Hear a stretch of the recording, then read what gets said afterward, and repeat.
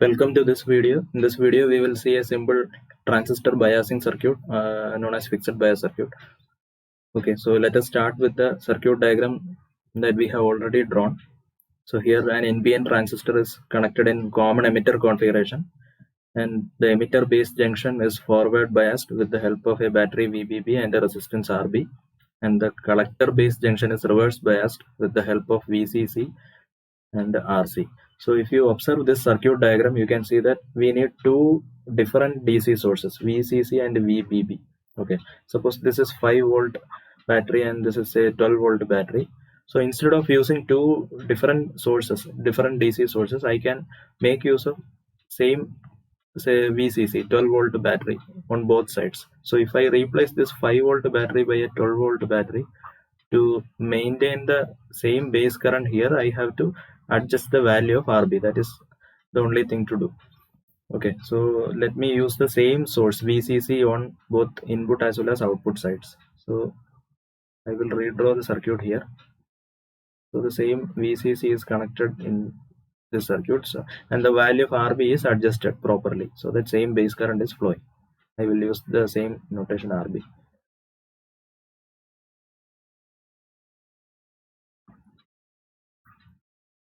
So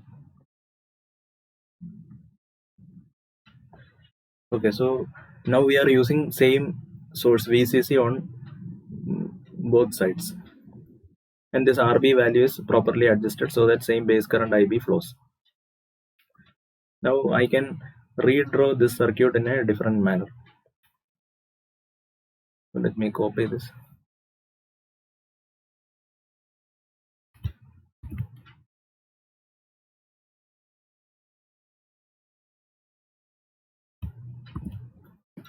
Okay, so now let me redraw this in a different fashion. So I will draw the transistor.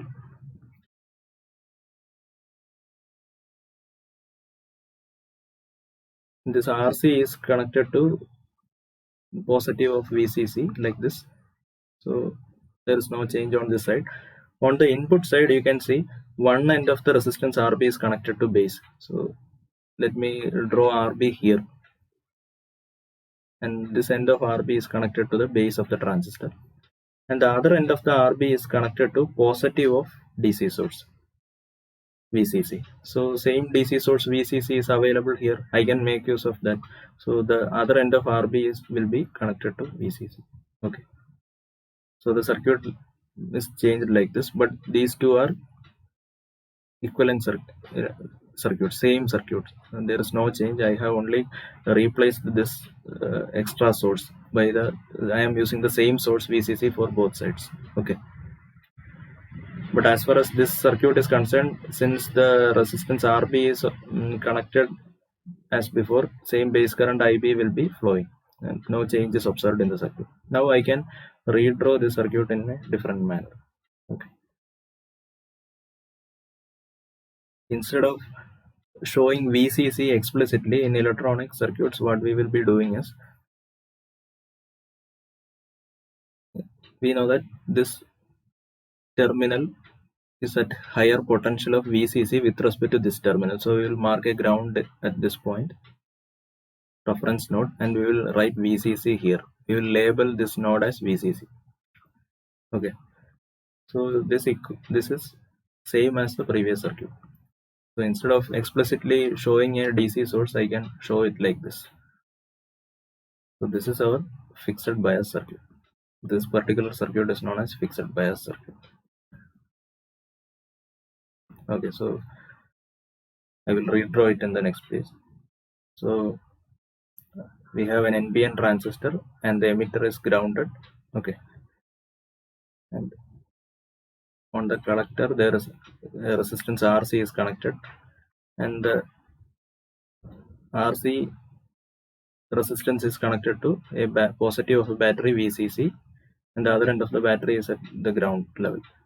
Or in other words, it means this node is at a potential of VCC with respect to this reference node or ground. And there is another additional resistance RB connected to the base of the transistor, and it is also connected to VCC. Now we can write KCL and KVL and some important equations here. So this current is IB and this current is IC. IE is flowing out, so we can write IE is equal to IC plus IB. This relation we already know, that is one relation. Then another important relation that you have to remember is IC is equal to beta IB plus beta plus 1 into ICBO. This is from the device characteristics. Now we can write KVL on the input side. So you can see that I can write KVL in this path. Okay, because this is a closed circuit, because VCC, the other end of the VCC is at ground. So when current flows through, IB is the current flowing through RB. So when IB flows through RB, there is a voltage drop here, okay, with this polarity. So I can write VCC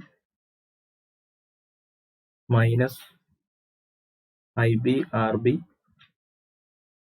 VCC minus IB RB. There is a voltage drop across the base emitter junction with this polarity, base positive, emitter negative, and that voltage is VBE. So it is also positive to negative. So minus VBE equal to 0. Or this implies IB is equal to VCC minus VBE by RB. So that is an important relation for fixed bias circuit. You can see that IB is VCC minus VBE by RB. So VBE is typically 0.7 volt when the transistor base emitter junction is forward biased. VCC is a constant value. Okay, a constant battery is used here. Then RB is also fixed. So what happens to IB? IB will be fixed. So that is why the name fixed bias. Okay. Now I can write KVL on this side also.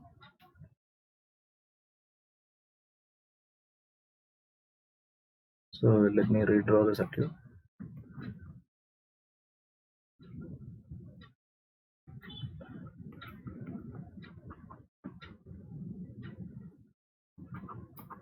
So here what is the current flowing?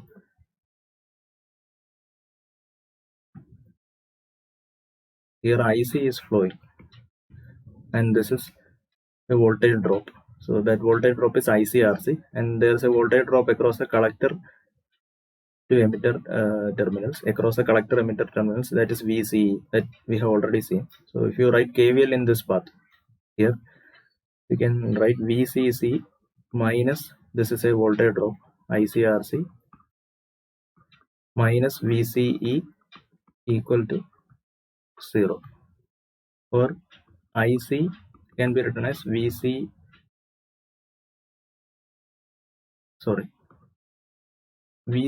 can be written as VCC minus ICRC. So using this relation, you can calculate VCE. So to calculate VCE, you need VCC, IC and RC. VCC and RC are available from the circuit. How will you get IC? IC is nothing but beta IB plus beta plus 1 ICBO. So IC, if ICBO is not given, you can neglect it, and IC is simply beta IB. So beta will be given in the question, and IB we have calculated from the previous expression. Here IB is available.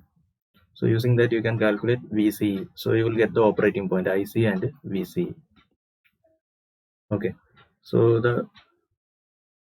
if you look at this circuit, you can see that it is a very simple circuit. So that is the main advantage of fixed bias.